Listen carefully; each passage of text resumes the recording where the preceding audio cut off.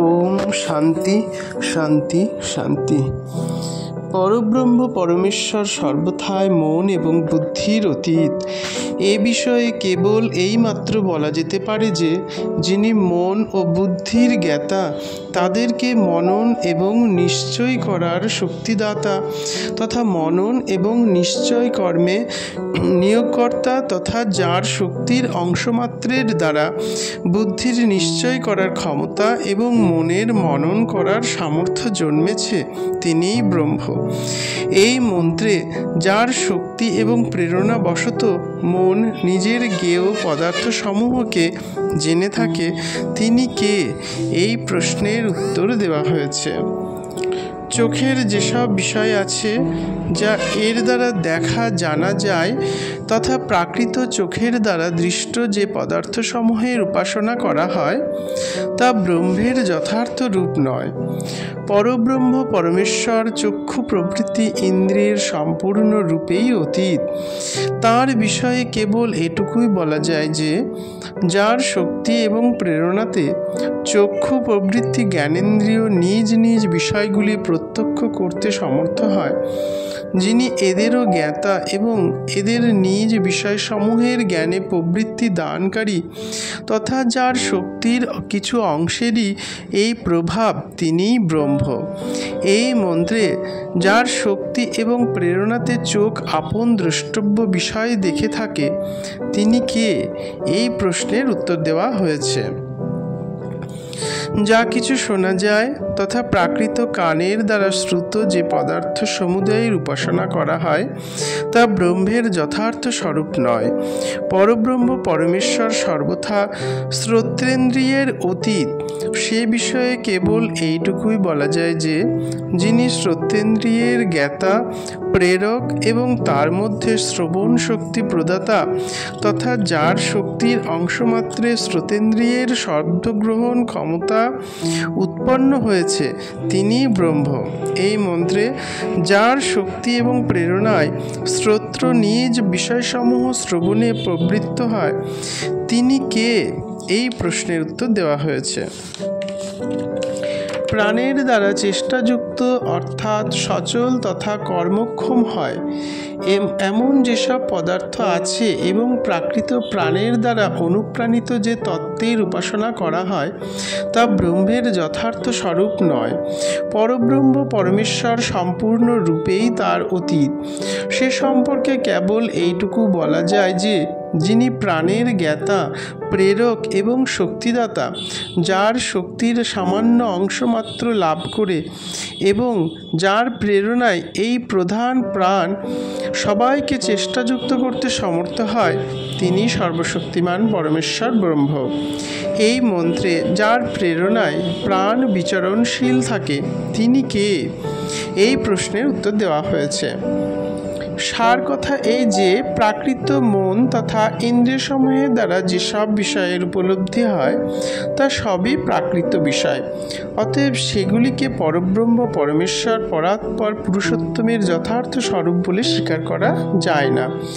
এজন্য সেগুলির উপাসনাও পরব্রহ্ম পরমেশ্বরের উপাসনা নয়। মন বুদ্ধি প্রভৃতির অতীত পরব্রহ্ম পরমেশ্বরের স্বরূপ সাংকেতিক ভাষায় বোঝানোর জন্যই এখানে গুরু এইসবের জ্ঞাতা, শক্তি প্রদাতা, স্বামী, প্রেরক, প্রবর্তক, সর্বশক্তিমান, নিত্য, অপ্রাকৃত পরম তত্ত্বকে ব্রহ্ম বলে জানিয়েছেন। দ্বিতীয় খণ্ড। এই মন্ত্রে গুরু নিজ শিষ্যকে সাবধান করে দিয়ে বলেছেন যে আমি তোমাকে সংকেতে যে ব্রহ্মতত্ত্ব বলেছি তা শুনে যদি তোমার ধারণা হয়ে থাকে যে আমি সেই ব্রহ্মকে বেশ ভালোভাবেই জেনে গেছি, তাহলে একথা নিশ্চিত যে তুমি ব্রহ্মের স্বরূপ সামান্যই বুঝেছ। কারণ সেই পরব্রহ্মের অংশভূত যে জীবাত্মা অথবা সমস্ত দেবতাদের মধ্যে অর্থাৎ মন, বুদ্ধি, প্রাণ, ইন্দ্রিয় প্রভৃতির মধ্যে ব্রহ্মের যে অংশ রয়েছে, যার দ্বারা তারা নিজ নিজ কর্ম করতে সমর্থ হচ্ছে, তাকেই যদি তুমি ব্রহ্ম বলে বুঝে থাকো, তাহলে তোমার এই ধারণা ঠিক নয়। ব্রহ্ম এইটুকুই নন। এই জীবাত্মা এবং সমগ্র বিশ্ব ব্রহ্মাণ্ডে ব্যাপ্ত ব্রহ্মের যে শক্তি, এই সবকে সম্মিলিত করেও যদি দেখা হয়, তাহলেও তা ব্রহ্মের এক ক্ষুদ্র অংশ মাত্র। সুতরাং ব্রহ্মতত্ত্ব সম্পর্কে তুমি যে ধারণা করেছ, তা আবার বিচার করে দেখা উচিত বলে আমি মনে করি।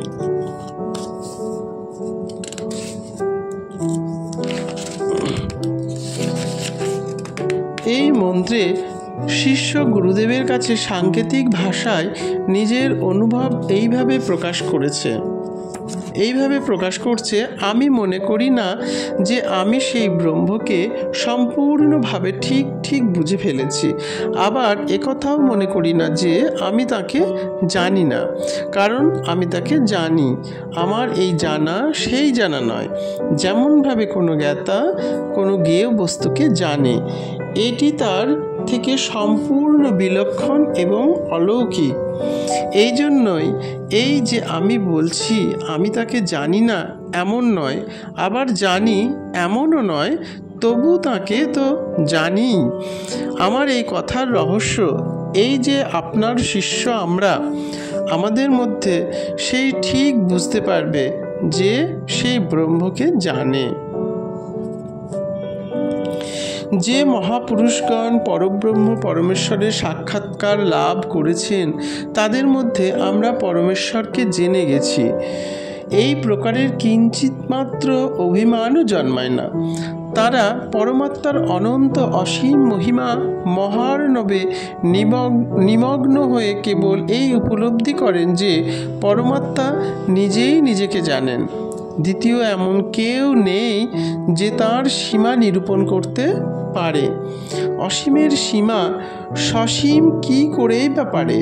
সেই জন্যই যে মনে করে যে ব্রহ্মকে আমি জেনে গেছি, আমি জ্ঞানী, পরমেশ্বর আমার জ্ঞেয়, সে প্রকৃতপক্ষে সম্পূর্ণরূপেই ভ্রান্তির বশবর্তী হয়ে রয়েছে। কারণ ব্রহ্ম এই রকম জ্ঞানের বিষয়ই নন। জ্ঞানের যত সাধন আছে, আর কোনোটির দ্বারায় ব্রহ্মপ্রাপ্তি হয় না। সুতরাং এই রকম জ্ঞানাভিমানীদের কাছে পরমাত্মা সর্বদা অজ্ঞাতই থেকে যান। যতদিন জ্ঞানের অভিমান থাকে, ততদিন পরমেশ্বরের সাক্ষাৎকার হয় না। যাদের মধ্যে জ্ঞানের অভিমান বিন্দু মাত্রও নেই, কেবলমাত্র সেই ভাগ্যবান মহাপুরুষগণেরই পরমেশ্বরের সাক্ষাৎকার লাভ হয়। পূর্বে পরমাত্মার যে স্বরূপের লক্ষণ বর্ণিত হয়েছে, তা ভালোভাবে উপলব্ধি করাই যথার্থ জ্ঞান, এবং এই জ্ঞানের দ্বারাই পরমাত্মাকে লাভ করা যায়। পরমাত্মার উপলব্ধিজনক এই যে জ্ঞানরূপী শক্তি, তা মানুষ অন্তর্যামী পরমাত্মার কাছ থেকেই লাভ করে। মন্ত্রে বিদ্যা দ্বারা অমৃতরূপ পরব্রহ্মকে লাভ করা যায়, একথা বলা হয়েছে, যাতে